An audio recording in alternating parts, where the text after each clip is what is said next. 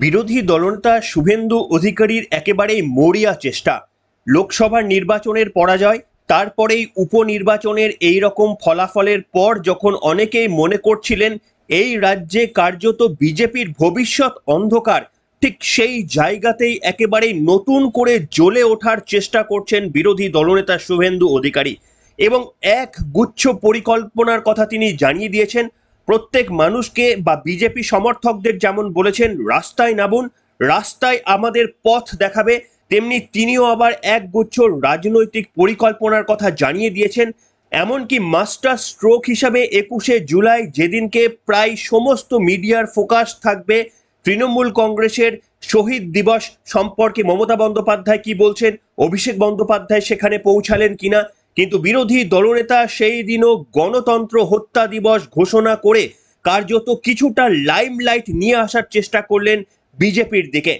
শুধু তাই নয়, একেবারেই নিজের চেষ্টায় বিরোধী দলনেতার দায়িত্ব এবং ভূমিকা পালন করতে গিয়ে অনেকগুলো পরিকল্পনা তার মুখ দিয়ে শোনা গেল, যে পরিকল্পনাগুলো আমরা শুনতে পাই না বিজেপির রাজ্য সভাপতি সুকান্ত মজুমদার কিংবা প্রাক্তন রাজ্য সভাপতি দিলীপ ঘোষের গলায়। আপনাদের মনে রয়েছে যে কলকাতা হাইকোর্টের কাছ থেকে নির্দেশ ছিনিয়ে আনার পর বিরোধী দলনেতা বিধানসভার নর্থ গেটের ফটকের সামনে ধর্নায় বসার পারমিশন আদায় করে নিয়েছিলেন এবং ভোট পরবর্তী সন্ত্রাসে আক্রান্ত ৩০০ জন মানুষকে নিয়ে ওই ধর্না মঞ্চে ছিলেন বিরোধী দলনেতা শুভেন্দু অধিকারী সহ আরো কয়েকজন বিজেপি নেতৃত্ব, যদিও সেখানে দেখা মেলেনি সুকান্ত মজুমদার কিংবা দিলীপ ঘোষদের। আর সেখান থেকে শুভেন্দু অধিকারী পরিষ্কারভাবে নতুন আরো একটা কথা বললেন, সেটা হচ্ছে আগামী কয়েকদিনের মধ্যেই প্রাক্তন বিচারপতি অভিজিৎ গঙ্গোপাধ্যায়ের নেতৃত্বে ৮ জন এমপি সদস্যর একটি দল ভারতের প্রধানমন্ত্রী নরেন্দ্র মোদীর সঙ্গে দেখা করতে যাবেন। কি জন্য তারা দেখা করতে যাবেন? বিরোধী দলনেতার বক্তব্য, যেভাবে মণিপুরকে ঠান্ডা করা গিয়েছে ঠিক সেইভাবে একেবারেই উপদ্রুত ঘোষণা করে পশ্চিমবঙ্গের আইন শৃঙ্খলা ফিরিয়ে আনতে হবে। তিনি পরিষ্কারভাবে বলেছেন, আমরা ৩৫৫ ধারার দাবি জানাচ্ছি না, আমরা বলছি না যে মমতা বন্দ্যোপাধ্যায়কে নবান্ন থেকে টেনে নামাতে হবে, তিনি মুখ্যমন্ত্রী হয়েই থাকুক, কিন্তু একেবারেই মণিপুরের মতো উপদ্রুত ঘোষণা করে এই রাজ্যের আইন শৃঙ্খলাকে একেবারেই কেন্দ্রের হাতে নিতে হবে। এর আগে অতীতেও শুভেন্দু অধিকারীর গলাতে এই বক্তব্য শোনা গিয়েছিল এবং গত দিনে ধর্ণা মঞ্চ থেকেও সেই একই বক্তব্য শোনা গেল, শুধু তিনি নতুন একটা পরিকল্পনার কথা বললেন, যে পরিকল্পনায় সদ্য বিজেপির নতুন এমপি মুখ অভিজিৎ গঙ্গোপাধ্যায়, তার নেতৃত্বে ৮ জন এমপি ভারতের প্রধানমন্ত্রী নরেন্দ্র মোদীর সঙ্গে সাক্ষাৎ করার প্ল্যান করেছেন এবং সেই পারমিশনও তারা সম্ভবত পেয়ে গিয়েছেন। শোনাবো পুরোটা, আগে শুনুন বিরোধী দলনেতা শুভেন্দু অধিকারী কি বলেছিলেন। দেখা হয়েছিল, আমাকে বললেন ৮ জন এমপি আমরা প্রধানমন্ত্রীর কাছে ৫ মিনিট টাইম চেয়েছি, সই করে বাংলার ৮ জন বিজেপি এমপি অভিজিৎ গাঙ্গুলি মহোদয় বলেছেন আমাকে, তিনি অর্গানাইজ করছেন, তিনি প্রধানমন্ত্রীজির কাছে যাবেন, প্রধানমন্ত্রীর দেওয়া টাইমে আর বলবেন পশ্চিমবঙ্গে যা চলছে আমরা রাষ্ট্রপতি শাসন চাই না, আমরা চাই উপদ্রুত এরিয়া আইন কার্যকর হোক, এখানে ডিস্টার্ব এরিয়া অ্যাক্ট কার্যকর হোক এবং ভাইপো জেলে যান, এটাই আমাদের সকলের দাবি, আমাদের আবেদন। শুনলেন বন্ধুরা, দেখুন একেবারে মাটিতে দাঁড়িয়ে বিরোধী দলনেতা কিন্তু পরিশ্রম করছেন। তার কারণ তিনি একেবারেই ভালো রাজনৈতিকবিদ হিসেবে জানেন এই পশ্চিমবঙ্গের উপনির্বাচন কিংবা পশ্চিমবঙ্গের যে লোকসভা নির্বাচনগুলিতে আসলে ফল আসছে সেগুলো যতটা না বিজেপির দায় বা যতটা না বিজেপির ব্যর্থতা, তার থেকেও তৃণমূল কংগ্রেস যেভাবে মেশিনারি প্রয়োগ করছে, পুলিশ প্রশাসনকে যেভাবে ব্যবহার করে একের পর এক নির্বাচনী বৈতরণী পার করছে, সেটা বিরোধী দলনেতা হিসেবে শুভেন্দু অধিকারী খুব ভালোভাবে বুঝতে পেরেছেন। কারণ তিনি একমাত্র পশ্চিমবঙ্গের মুখ যিনি প্রমাণ করেছেন মমতা বন্দ্যোপাধ্যায় অপরাজেয় নন। নিজের উদ্যোগে নিজের প্রচেষ্টায় তিনি মমতা বন্দ্যোপাধ্যায়কে হারিয়েছেন। তাই নিশ্চিতভাবে তার থেকে পশ্চিমবঙ্গে তৃণমূলকে কিভাবে হাঁটানো যায় সেই পরিকল্পনা বিজেপির অন্য কোনো নেতার কাছে আছে বলে অন্তত বিশ্বাস করা যায় না। আপনাদের এই সংক্রান্ত তথ্য দেবো, কিন্তু তার আগে আপনাদের শোনাতে চাইব অভিজিৎ গঙ্গোপাধ্যায়, তিনিও কিন্তু সহমত পোষণ করেছেন। তিনিও জানিয়েছেন যে ভারতের প্রধানমন্ত্রীর সঙ্গে 5 মিনিটের জন্য সাক্ষাৎকারের জন্য আবেদন জানিয়েছেন এবং ভারতের প্রধানমন্ত্রী তাতে পজিটিভ একটা ইচ্ছাও দেখিয়েছেন বলে জানালেন তিনি, এবং দেখা হলে কি করবেন সেই পরিকল্পনাও তিনি বলে দিয়েছেন। বিরোধী দলনেতা যেমন বললেন যে অভিষেক বন্দ্যোপাধ্যায় বা ভাইপোকে গ্রেপ্তারের দাবি জানাবেন, সেটা করবেন কিনা জানি না। কি বললেন অভিজিৎ গঙ্গোপাধ্যায় আপনাদের সাউন্ড শুধু শোনাবো, আপনারা শুধু ভয়েস রেকর্ডটা শুনুন। বলছে আপনি 5 মিনিট প্রধানমন্ত্রী থেকে সময় চেয়েছেন। হ্যাঁ, 5 মিনিট সময় চেয়েছি। আমি একা নয়, আমরা 8 জন সাংসদ। যেখানে গিয়ে আমরা স্পেসিফিক 2-3টে প্রশ্ন আমরা তার কাছে করব। প্রশ্ন সেই অর্থে নয়, আমরা সাজেশন দেবো 3টে, এবং আমরা আশা করব তিনি সেগুলো মন দিয়ে শুনবেন, এবং তিনি যে মন দিয়ে শুনবেন সেই ইঙ্গিত আমরা অলরেডি পেয়ে গেছি। আমি তো মুখ্যমন্ত্রীকে সর্বসমক্ষে চোর বলেছিলাম, তারপর বলেছিলাম চোর বলেছি এই কারণে উনি যাতে আদালতে আসতে পারেন, আমি প্রমাণ করব উনি কত রকমের চুরি করেছেন। কই, এখনো তো আসেননি, আমি অপেক্ষা করছি। বলেছিলাম তো, এখনো বলছি। সেদিন বলেছিলাম, আজকে কি পরিস্থিতি পাল্টেছে? বরং পরিস্থিতি আরো নতুন রকমের হয়েছে।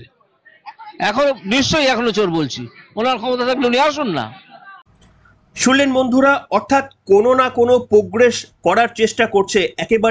একেবারেই যখন বিজেপিকে রাস্তায় থাকার কথা, তখন আমরা দেখেছি বিজেপির রাজ্য সভাপতি নিশ্চিতভাবে একেবারে প্রতিমন্ত্রীর দায়িত্ব পেয়েছেন, কিন্তু প্রতিমন্ত্রীর দায়িত্ব পাওয়ার পর কি আপনারা কখনো দেখেছেন যে উপনির্বাচনের পর বা নির্বাচনের পর বড় কোনো জনসমাবেশ করতে বা বড় কোনো কর্মসূচির ডাক দিতে?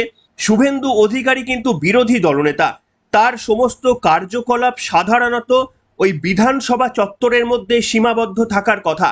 আর গোটা পশ্চিমবঙ্গ জুড়ে যদি কোনো আন্দোলন গড়ে তুলতে হয় তাহলে তার ভূমিকায় থাকার কথা কিন্তু সুকান্ত মজুমদারকে। আপনারা কি কেউ দেখতে পাচ্ছেন যে এই তৃণমূল কংগ্রেসকে হারানোর মতো সুকান্ত মজুমদার মুখ হয়ে উঠতে পেরেছেন? হ্যাঁ, নিশ্চিতভাবে তিনি কেন্দ্রীয় নেতৃত্বের বদান্যতায় মন্ত্রী হতে পেরেছেন, কিন্তু তিনি এমন কোনো আন্দোলন সংগঠন করতে পেরেছেন তার রাজত্বকালে, তার অভিভাবকত্বকালে, যেখান থেকে তৃণমূল কংগ্রেস একেবারে ভয়ে ভীত হয়ে গিয়েছে? বিজেপির কর্মী সমর্থকরা সুকান্ত মজুমদারের ওপর ভরসা করে রাস্তায় নামার সাহস পেয়েছেন? এমনটা কিন্তু হয় না।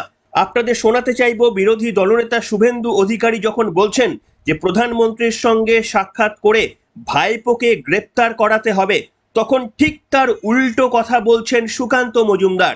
কি বলছেন সুকান্ত মজুমদার? তিনি বলছেন যে এইসব ইডি সিবিআই দিয়ে হবে না। আপনারা বলছেন যে একে গ্রেপ্তার করিয়ে দাও, ওকে গ্রেপ্তার করিয়ে দাও, তাহলেই নাকি বিজেপি জিতে যাবে। এটা হবার নয়। বিজেপিকে সাংগঠনিকভাবে শক্তিশালী হতে হবে, এবং কর্মীদের উদ্দেশ্যে বলছেন যে আপনারা যদি শক্তিশালী করতে না পারেন তাহলে আপনারা জিততে পারবেন না, আপনাদেরকে শক্তিশালী হতে হবে। এবং তিনি বলছেন যে এই তো অনুব্রত মণ্ডল, তাকে তো গ্রেপ্তার করেছে, কোথায় বীরভূম সিটটা কি আমরা জিততে পেরেছি? আমরা জিততে পারিনি। এর উদাহরণ দিয়েছিলেন সুকান্ত মজুমদার।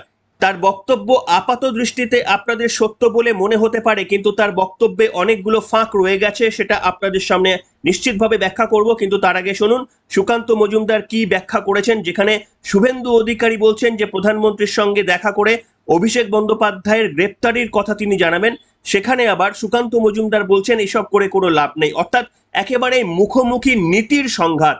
শুভেন্দু অধিকারী বিরোধী দলনেতা এবং রাজ্য সভাপতি সুকান্ত মজুমদারের মধ্যে একেবারে মুখোমুখি সংঘাত, যেটা নিশ্চিতভাবে বঙ্গ বিজেপির জন্য ভালো নয়। কিন্তু কোন নীতিকে আপনারা সাপোর্ট করছেন আজকে লিখে জানাতে পারেন। আসুন সুকান্ত মজুমদারের এই বক্তব্যের পর ব্যাখ্যায় আসবো তার বক্তব্য নিয়ে। শুনুন। হওয়া খুব মুশকিল, কারণ মোদীজির মতো জনপ্রিয়তা কম লোক পায়। তো সেই রকম নেতা এলেন, তিনি এসে ম্যাজিক ছড়িয়ে দেবেন আমরা শ্রীরামপুর জিতে যাব, হবে না। উপর থেকে যারা সিবিআই কে বলুন একে অ্যারেস্ট করে দিতে, সঙ্গে সঙ্গে আমরা জিতে যাবো, হবে না। ওকে জেলে ঢুকিয়ে দিন, যারা জিতে যাবো, হবে না। অনুব্রত মণ্ডল জেলে ছিল না, আছে কিনা জেলে? বীরভূম জিতেছি আমরা, কারণ আমাদের শাস্ত্রে বলে বীর ভোক্তা বসুন্ধরা। আপনি আপনার সম্পত্তি খেতে পারবেন আপনার, আপনি পরিশ্রম করে যদি সংগঠন তৈরি করতে পারেন তাহলে জিতবেন, যদি পরিশ্রম করে তৈরি করতে না পারে যে যাকে ইচ্ছে অ্যারেস্ট করুন কোনো জিতবেন। আপনাকে আপনার লড়াই আপনার সামর্থ্য অনুসারে, আপনার পুরুষার্থ অনুসারে করতে হবে, আমাদেরকে পুরুষার্থ অনুসারে করতে হবে, তবেই আমরা জিতবো, নচেত জিততে পারবো না। এই আমাদের শুনলেন বন্ধুরা, সুকান্ত মজুমদার বলছেন কর্মীদের উদ্দেশ্যে আপনাদেরকেই জয় ছিনিয়ে আনতে হবে, আপনাদেরকে শক্তিশালী হতে হবে। যদি কর্মীরা নিজে থেকেই শক্তিশালী হয়ে যায় তাহলে তো আর রাজ্য সভাপতির দরকার কি, আর বিরোধী দলনেতারই দরকার কি, আর সংগঠনেরই দরকার কি?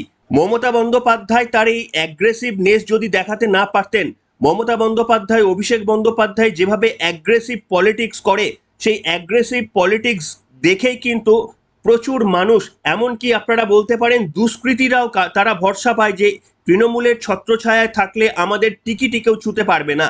সেটা আপনারা ভুল ঠিক যা বলতে পারেন, কিন্তু প্রশ্ন হচ্ছে মমতা বন্দ্যোপাধ্যায় বা অভিষেক বন্দ্যোপাধ্যায় সেই আচ্ছাদনটা কর্মীদের মাথায় দিয়ে রাখে যে তোমাদের কিছু হলে আমরা দেখে নেব। কিন্তু বিজেপি, সুকান্ত মজুমদার রাজ্য সভাপতি হয়েছেন, কতগুলো পোস্টপোল ভায়োলেন্সের পর তিনি দেখতে গিয়েছেন, কতবার সন্দেশখালিতে তিনি ভিজিট করেছেন। এই ভোট পর্ব মিটে যাওয়ার পর সন্দেশখালির মা বোনেরা কতটা সুরক্ষিত অবস্থায় রয়েছেন, কতটা ভালো রয়েছেন সেটা দেখতে যাওয়ার জন্য কতবার নিজের উদ্যোগে গিয়েছেন সুকান্ত মজুমদার। তিনি কি মনে করেন যে বিজেপির সমর্থকরা পাড়ার মোড়ে মোড়ে একেবারে সংগঠন নিজেদের মধ্যে থেকেই তৈরি করে ফেলবে, কোনো নেতৃত্ব ছাড়াই তারা জোটবদ্ধ হয়ে যাবে, তারা পুলিশের সঙ্গেও মোকাবিলা করবে, তারা আইন আদালতের সঙ্গেও মোকাবিলা করবে, তাদেরকে জেলে পুরে দিলেও তারা নিজেরাই ফাইট করবে, আর সুকান্ত মজুমদারদের গায়ে একেবারে আঁচড়টি লাগবে না, তারা মন্ত্রীর পদে থেকে বসে থাকবেন আর বলছেন কর্মীদের সংঘবদ্ধ হতে, কর্মীরা নাকি জয় ছিনিয়ে আনবে? আপনাদের সংঘবদ্ধ হওয়ার কাজটা করতে হবে, আপনাদের ভরসা জোগাতে হবে। এই লোকসভা নির্বাচনের পর 2,40,00,000 মানুষ বিজেপিকে সমর্থন করেছে, যেখানে 2,70,00,000 মানুষ তৃণমূলকে সমর্থন করেছে, অর্থাৎ একটা বিরাট অংশের মানুষের সমর্থন আপনাদের পাশে রয়েছে।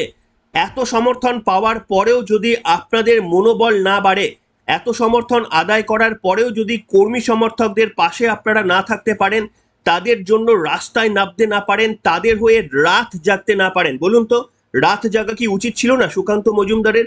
একদিনও কি দেখেছেন যে সন্দেশখালির মাটিতে গিয়ে মা বোনেদের সঙ্গে রাত জেগেছেন সুকান্ত মজুমদার?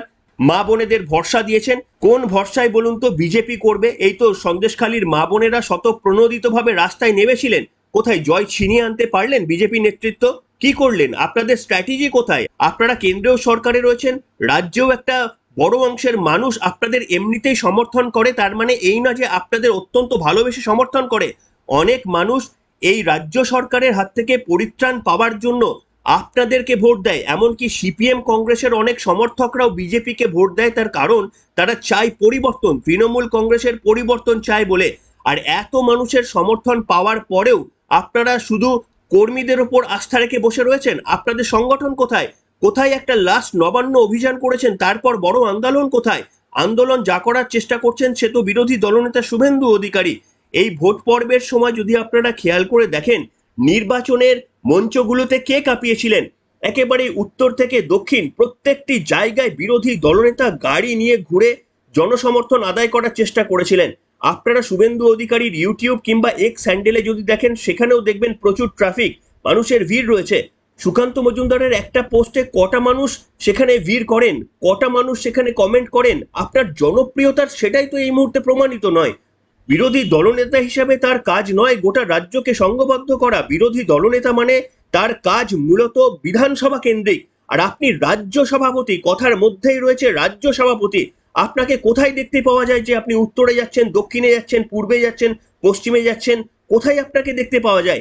এমনকি লোকসভা যে নির্বাচন হয়ে গিয়েছে, আপনি কি প্রত্যেকটা কেন্দ্রে নির্বাচনে গিয়েছিলেন? নির্বাচনে প্রচারের সময় আপনি গিয়েছিলেন? তাহলে কিসের রাজ্য সভাপতির দায়িত্ব নিয়েছেন? যদি দায়িত্ব নিতে না পারেন তাহলে নিশ্চিতভাবে শুধু কর্মীদের ওপর এই ব্যর্থতার দায় ছেড়ে দেবেন না। আপনার প্রশ্নেই আপনাকে উত্তর দিচ্ছি যে বীরভূমে নিশ্চিতভাবে অনুব্রত মণ্ডল না থাকা সত্ত্বেও কিন্তু তৃণমূল কংগ্রেস জিতে গিয়েছে। এটা আপনার সলিউশন বলা উচিত, আপনার ভাবা উচিত। এমনকি আপনাদের বলেছিলাম এই উপনির্বাচনে মমতা বন্দ্যোপাধ্যায়, অভিষেক বন্দ্যোপাধ্যায় কোনো নির্বাচনী কেন্দ্রে প্রচারে যাননি, তাহলে জিতলেন কি করে? তাহলে সেই ফর্মুলাটা আপনাদের বার করা উচিত, আপনাদের জানা উচিত কিভাবে পুলিশ প্রশাসনকে কাজে লাগিয়ে এই রাজ্য সরকার জেতার চেষ্টা করছে। আর দেখুন, রাজনৈতিক জয়ে যে কোনোভাবে কেউ জিততেই পারেন, যতক্ষণ না সাংবিধানিকভাবে কেউ আটকাতে পারে। আপনাদের হাতে কেন্দ্র রয়েছে। মমতা বন্দ্যোপাধ্যায়ের সরকার যদি কোনো ভুল করে থাকে, তাহলে আপনারা কেন্দ্রে ক্ষমতায় রয়েছেন, আপনারা সেগুলো ভুলগুলো ধরিয়ে দিন, আপনারা শাস্তির ব্যবস্থা করুন। আপনারা না পাচ্ছেন কোনো শাস্তি দিতে, না পারছেন মমতা বন্দ্যোপাধ্যায় সরকারের চোখে আঙুল দিয়ে ভুল ধরিয়ে দিতে, না পারছেন বড় কোনো সিদ্ধান্ত নিতে, যেমন আপনারা নিয়েছেন দিল্লিতে কিংবা ঝাড়খণ্ডে, আর আপনাদের ব্যর্থতার দায়গুলো এই বিজেপির কর্মী সমর্থকদের উপর চাপিয়ে দিচ্ছেন। আপনাদের লজ্জা করে না? আপনাদের মনে রাখতে হবে, আপনাদের গায়ে আঁচড়টা পর্যন্ত লাগেনি, কিন্তু এই বিজেপি কর্মী সমর্থকরা, আপনারা একটু হিসাব দিন না যে কতজন মারা গিয়েছেন আজ পর্যন্ত। পঞ্চায়েত ভোট, তারপরে লোকসভা ভোট এবং উপনির্বাচনে কতগুলো বিজেপি কর্মীদের প্রাণ চলে গিয়েছে, সেই হিসাবটা আপনারা দিন। আর আপনারা বলছেন কর্মীদের সংগঠন তৈরি করতে হবে। তারা রাস্তায় পড়ে রয়েছে, তারা বাড়ি ছাড়া, আর কিভাবে সংগঠন তৈরি করবে? আর আপনি একেবারে মন্ত্রিত্বের পদ পেয়ে তো কার্যত হাওয়া হয়ে গিয়েছেন। সংগঠিত করার জন্য কতবার কোন অঞ্চলে আপনি ভিজিট করেছেন? কি পরিসংখ্যান আপনাদের কাছে রয়েছে? কোন বুথ সভাপতিদের সঙ্গে আপনাদের রেগুলার মিটিং হয়?